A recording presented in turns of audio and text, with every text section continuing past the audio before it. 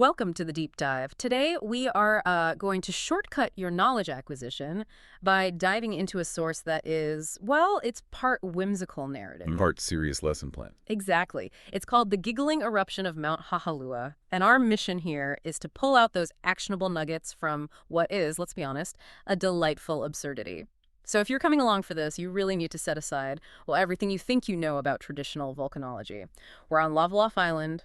It's famous for its biggest and definitely its weirdest tourist attraction. Mount Haha-lua, Yeah. the world's only giggling volcano. It's an unusual source for sure, but as a teaching method, it's kind of brilliant. If you're familiar with learning through analogy, you're going to love this island, because when this volcano erupts, it literally laughs. We're talking full-blown sound effects, like kaha-boo. And tee-hee-hee splat. Exactly. And the local reality is just completely shaped by this one unique geological feature. They don't worry about ash clouds. In fact, the source tells you right away that the stakes are different.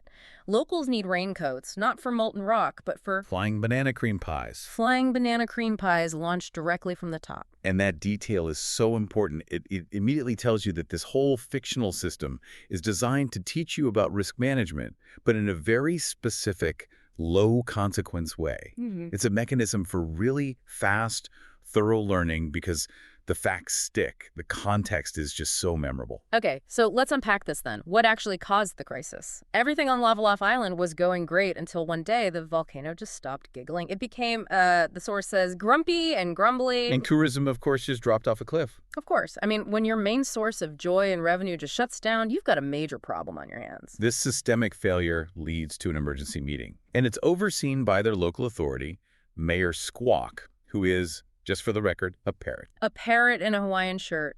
Right.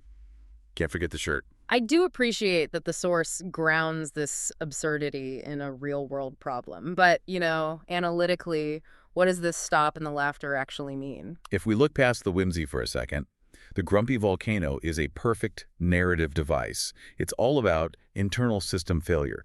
That lack of laughter represents a blockage, a lack of, a continuous internal pressure release. Ah, okay. So when a system, whether it's geological or even organizational, gets quiet and starts grumbling, that's usually a sign that pressure is building up inside. It's getting stuck. And that could lead to a really unsafe, catastrophic failure instead of that joyful, continuous release they're used to. So the system needed an outside person, an engineer of sorts, to come in and fix the pressure problem, to restore that safe state of a giggling eruption. Which brings us to our solution team. Penny, who's a kid scientist and also a joke expert. An interesting combination of skills. Right. And her trusty sidekick, a gecko named Gloop. Gloop. Yeah, Gloop. And Penny's mission is crystal clear. If laughter is missing, I'll bring it back. Let's make this volcano LOL again. What's so fascinating there is her expertise. She gets that the problem isn't just physical, it's psychological. She understands that, conventional engineering is not going to work on a sentient lava blob that's suffering from burnout. She needs unconventional tools. Let's talk about that toolkit. As they go up Mount Haha-lua, we see the items she brought, and they are definitely not standard geological instruments. First up, a tickle feather duster. That's a very low-tech, physical kind of intervention. You'd hope it's lava-proof. The list gets even more specific, though. Oh, yeah. They brought a lava-proof joke book, which suggests they were ready for a very high-heat, high-stakes comedy dig. But then, the pineapple-shaped karaoke machine. How does the source even justify bringing music to a geological crisis? Is the idea that sound waves can help release pressure? I think that tool really highlights the multisensory and multidisciplinary approach you need for this kind of release, emotional or physical. The karaoke machine implies that sometimes you need a complex, high-energy, totally unconventional input to break through that kind of deep-seated inertia. It's an analogy for disruptive innovation, really. Right, when the usual methods fail. Exactly. You can't just apply one kind of pressure. You need a catalytic combination of things. So when they finally get to the crater and they peek inside, they find the source of all the grumbling. It wasn't just physical magma pressure. It was a grumpy lava blob named Groan. And Groan had a very, very human complaint. His problem wasn't a lack of gas. It was a existential burnout. Groan apparently pouted and said, "I'm tired of being funny. No one laughs at lava puns anymore." Wow. Yeah. So this establishes the central premise that even a geological feature can suffer from a performance-related identity crisis. And that connects directly to this bigger idea, right? That pressure can build up not just physically, but emotionally. When your effort isn't appreciated or you feel stuck in a role that just isn't fulfilling anymore, you internalize that stress. Groan was emotionally pressurized. And that blockage was preventing the physical release. Yeah. So Penny, the laughter engineer, has the perfect response to this confession. Challenge accepted. Challenge accepted. She knew exactly how to tackle Groan's specific problem. She had to prove that lava puns were still funny to trigger that safe explosion. She gets right to it, using her joke expertise. For those of you taking notes on how to handle volcanic burnout, you have to hear the exact jokes she used. The source says they were the key to shake up the whole world. Joke number 1, delivered right to the lava blob. What did the lava say to the volcano? I love you a lot. And the source material tells us that Groan just blinked. A very low energy response. Which is standard scientific testing, right? A simple, low-risk pun. It confirms Groan's listening. But the emotional viscosity is still way too high. Emotional viscosity? I like that. The joke just wasn't volatile enough to trigger a release, so she had to escalate. Okay, joke number 2. Why don't volcanoes tell secrets? Because they might erupt. This one got a little more action. Groan actually snorted. Let's snort. The snort. So we have a momentary low-level pressure release happening. That snort is crucial. It's that initial minor venting that signals the system is becoming unstable enough for the big reaction. She's building anticipation, confirming the pressure is about to boil over. Which brings us to the final joke, the real catalyst, designed for maximum impact. What do you call a singing volcano? Elvis melted. And that was it. That was the key. Groan immediately bursts into laughter. The source describes it as BWA, ha ha ha ha.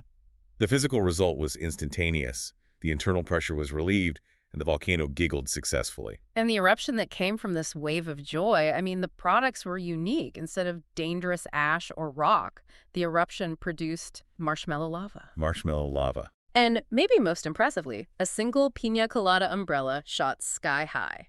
That is pretty much the definition of a successful constructive pressure release. The aftermath was pure success. Absolutely. Mount Haha-lua went right back to its laughing, lava-launching self. Tourists lined up to ride banana cream pie surfboards. Which means immediate economic recovery. And Penny gets her new official title, the island's laughter engineer. And Groan, he finds his purpose again, not just as a volcano, but as an entertainer. He opens a stand-up club nearby. Called Molten Chuckles, of course. Of course. Okay, so now we have to transition from the whimsy of LavaLaff Island to the practical nuggets of knowledge that the source explicitly gives us. We started with the parrot mare, but now we have to deliver the core value for you. Right. If we connect this to the bigger picture, this source is fundamentally an analogy for managing internal pressure in any closed system. Let's start with nugget 1, the science connection.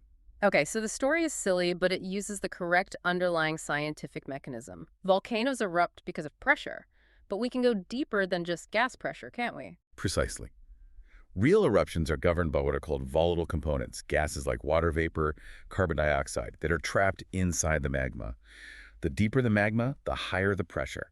But critically, if that magma is highly viscous, which just means thick and sticky, the gases can't escape easily. Okay, so they get trapped. They get trapped, and they build up enormous internal pressure, which often leads to a really violent, catastrophic eruption when that blockage finally gives way. So Groan's grumbling phase was that high viscosity, high pressure state.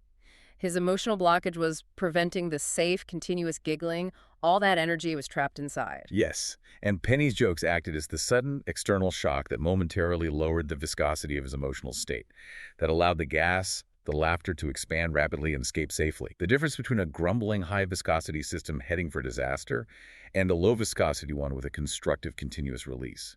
Well, that's everything. And this source uses humor to explain that really complex concept. And the source itself points this out. It says humor is a tool to make learning about potentially scary things, like real volcanoes, fun and accessible. But the analogy holds up. It takes away the fear, but keeps the core concept of pressure management. Which brings us to nugget 2, the life lesson. The source argues that laughter and joy are powerful ways to bring people and, lava blobs together. Right. But the real lesson here is about targeted intervention when you're facing burnout. Right. Groan was suffering because he felt his whole identity being funny was failing, that it wasn't appreciated.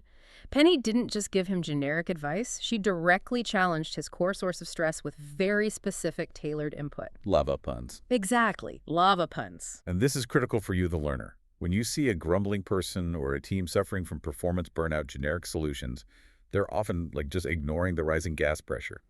Penny showed that a targeted, empathetic, and often silly intervention, that well-timed, intentional moment of recognition, can be the catalyst you need to break through that emotional viscosity and allow a safe, healthy release of stress. And laughter is inherently social, isn't it? It's an immediate, high-energy, emotional release. It resets your internal system almost instantly. So just like Penny used comedy to save the island from a high-viscosity disaster, the source teaches you the value of using specific connection to manage emotional pressure in yourself and in other people. It's all about recognizing that pressure relief is necessary, whether it's geological or psychological, and understanding that, unconventional problems often require unconventional expertise. Like a kid scientist who's also a joke expert. Exactly. It all really distills down to Penny's final conclusion, which is the ultimate takeaway from this. Sometimes all it takes is one good giggle to shake up the whole world. So we've completed this pretty unique deep dive. We processed a source with a parrot mare and banana cream pie surfboards. And yet we still walked away with concrete insights into volatile component pressure, magma viscosity, and even the physics of emotional burnout and targeted intervention. the final takeaway for you here is the value of intentional joy and connection. It really echoes the idea that knowledge is most valuable when it's understood and applied. This story didn't just entertain. It gave us a highly structured, memorable framework for understanding stress and release in really any system. So to leave you with a final thought, our source material has Groan, the lava blob, turned directly to the listener, and he asks the ultimate provocative question: what's your best volcano joke? And his final piece of wisdom for you to mull over today is this. Try making someone laugh today. You never know when you'll erupt with joy. Yeah. Remember that true stability comes from that continuous healthy release, not from rigid containment. So lava your friends, and they'll lava you back.